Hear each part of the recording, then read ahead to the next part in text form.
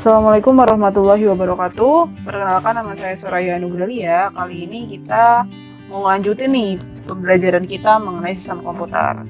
Nah, sekarang tuh kita udah masuk materi microcontroller ya. Kalau di video sebelumnya kita udah bahas tentang pengenalan umumnya, sekarang kita udah masuk ke bagian-bagian microcontroller. Apa aja sih bagiannya? Oke nih. Yang pertama ada namanya register. Register tuh fungsinya apa? Tempat penyimpanan variabel. Variabel seperti apa sih yang disimpan di register? Nah, ternyata tuh ada namanya bilangan bulat 8 bit, terus 16 bit, dan 32 bit. Wah, ternyata yang disimpan di dalam register ini gitu. Dan yang teman-teman harus tahu juga, register itu bentuknya banyak ya, banyak jenisnya dan jumlahnya gitu, dan dengan fungsi yang masih tertentu gitu. Jadi kalau misalkan dia bentuknya apa, ya fungsinya apa gitu. Ininya beda-beda gitu ya. Oke. Lanjut, yang kedua ada namanya akumulator. Akumulator itu dari kata akumulasi ya. Jadi pasti dia operasi, pengoperasian. Nah, operasi aritmetika dan logika. Kita udah pernah bahas mengenai aritmetika dan logika. Nah, kalau akumulator itu disebut juga dengan register A. Register A. Kenapa register A? Ya karena dia khusus gitu loh. Tadi kan udah bilang ya bahwa register itu bentuknya banyak. Salah satunya adalah ya ini register A gitu. Yang fungsinya untuk operasi aritmetika dan logika. Oke. Lanjut ya. Nah, selanjutnya adalah program counter. Program counter itu fungsinya apa sih? Nah, sebenarnya program counter juga masih termasuk opsi register. Nah, jadi ini termasuk register khusus. Nah, fungsinya apa? Fungsinya untuk registrasi pencacah atau penghitung eksekusi program. Jadi masih register juga dia ya. Oke. Yang selanjutnya apa? Ada ALU. ALU itu singkatan dari apa? Arithmetic Logic Unit gitu. Nah, fungsinya ALU tuh buat apa sebenarnya sih? Dia itu sebuah unit yang digunakan untuk proses-proses yang berhubungan dengan aritmetika, yang berhubungan dengan proses aritmetika dan logika gitu ya. Nah, apa aja nih kalau aritmetika yang kalian ingat? Ada penjumlahan, pengurangan, perkalian, pembagian gitu ya. Kalau operasi logika AND, OR, XOR dan NOT gitu ya. Nanti kalau misalkan lupa, boleh di-review lagi materi mengenai operasi aritmetika dan logika ya. Udah ada di video channel YouTube kita. Oke. Nah, kita lanjut nih. Yaitu ada namanya clock circuit. Namanya clock itu dari apa? Jam gitu ya. Itu fungsinya buat apa sih? Rangkaian pengatur sistem clock atau pengatur waktu gitu. Nah, fungsinya buat apa sih kok gitu ada harus atur clock gitu, rangkaian clock ini? Nah, karena si microcontroller itu sebenarnya kan rangkaian digital gitu ya. Nah, yang cara kerjanya itu tergantung pada sinkronisasi gitu. Jadi kalau misalkan nggak sinkron, dia nggak bisa kerja.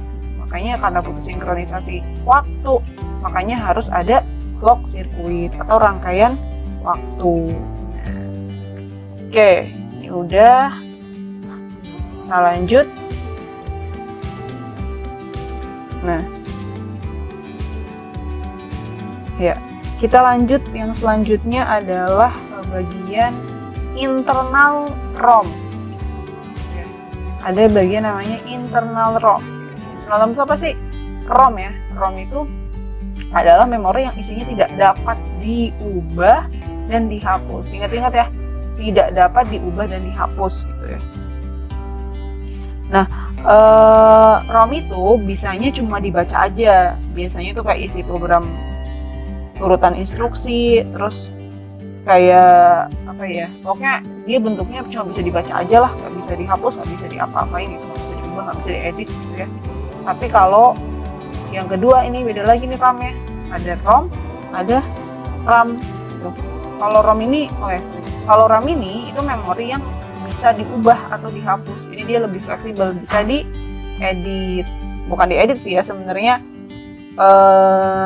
Dia kan isinya tadi nih ya, isinya tuh variabel, register gitu, yang artinya bisa dibuat ya, bisa diedit ya programnya gitu, bisa dibuat, bisa diubah, bisa dihapus gitu. Artinya kalau RAM ini dia lebih fleksibel untuk di setting, untuk diatur gitu ya. Oke, selanjutnya adalah stack pointer. Stack pointer itu apa sih?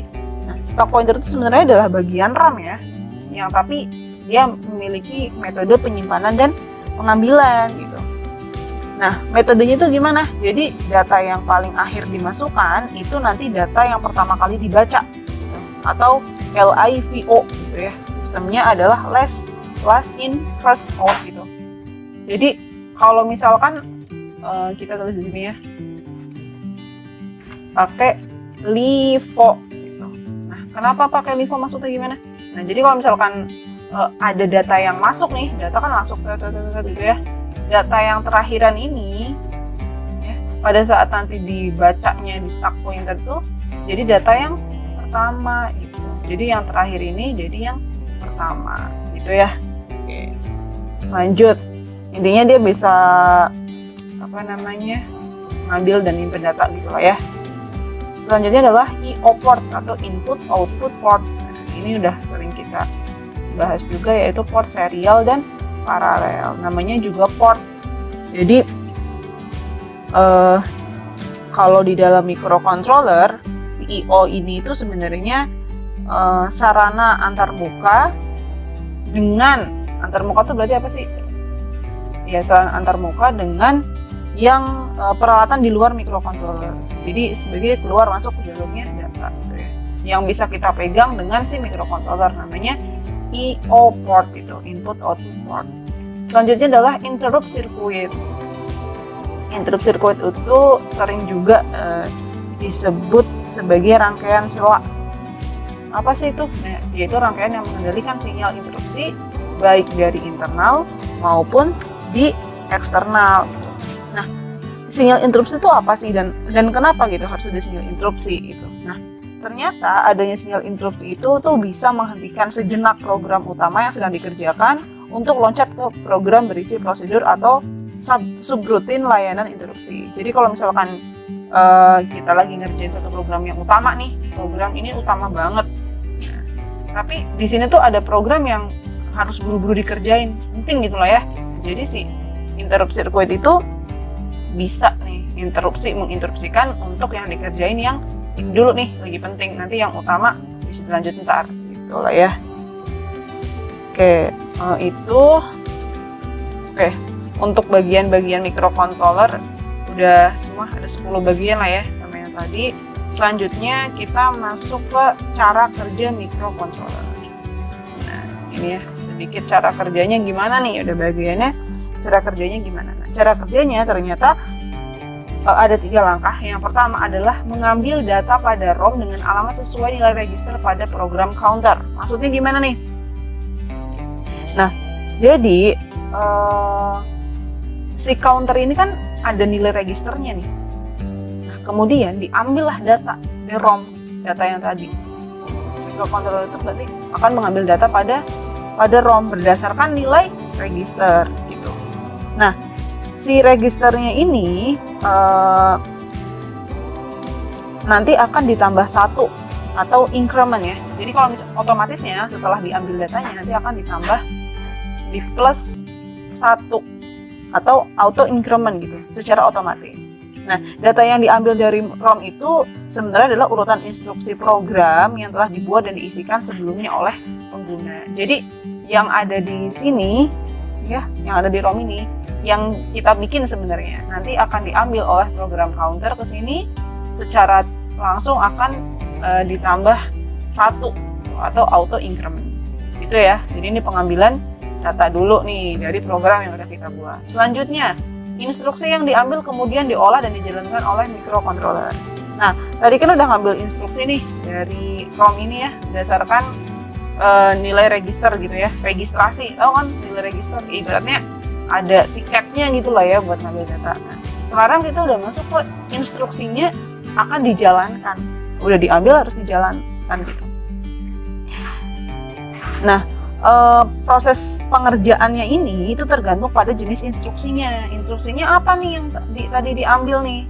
Instruksi yang dari sini itu apa? Nah, kalau instruksinya baca, apakah mengubah nilai, apakah mengisi port, atau baca yang dilanjutkan dengan ubah data? Nah, nanti instruksinya ya tergantung apa gitu. Apakah suruh baca, apa suruh mengubah nilainya, apa gimana? Tergantung instruksi yang ada pada ROM tadi yang kita ambil. Selanjutnya apa yang ketiga? Kemudian nilai pada program counter nanti sudah berubah. Oke, nanti setelah ini sudah diubah nih ya, maksudnya kita udah membuat perubahan di sini, nilainya itu bakal berubah. Nah, berubahnya itu sebenarnya karena penambahan otomatis pada langkah pertama, gitu, atau karena pengubahan pada langkah kedua. Jadi perubahan di sini itu bisa jadi karena ini auto increment yang tadi, ya. Bisa jadi juga karena langkah yang kedua ini, gitu. Langkah yang kedua ini tadi kan bisa diubah, bisa diganti, diedit, gitu ya. Bisa dibaca atau gimana, tergantung juga, gitu. Nah, selanjutnya microcontroller itu akan mengulang siklus dengan kembali pada langkah pertama, dibikin seterusnya hingga catur daya dimatikan. Nah, kalau misalkan kita, ibaratnya gini, kita kan ngasih satu perintah di sini. Nah, perintah satu, gitu kan, masuk ke yang kedua, ini. Ada yang ketiga, ini sudah saling berkaitan ke sini. Nah, ini nanti akan balik lagi ke satu. Nah, namanya juga sebuah alur. Nanti kedua lagi, ketiga lagi, balik lagi. Jadi begitu materi mengenai bagian-bagian microcontroller dan cara kerjanya microcontroller.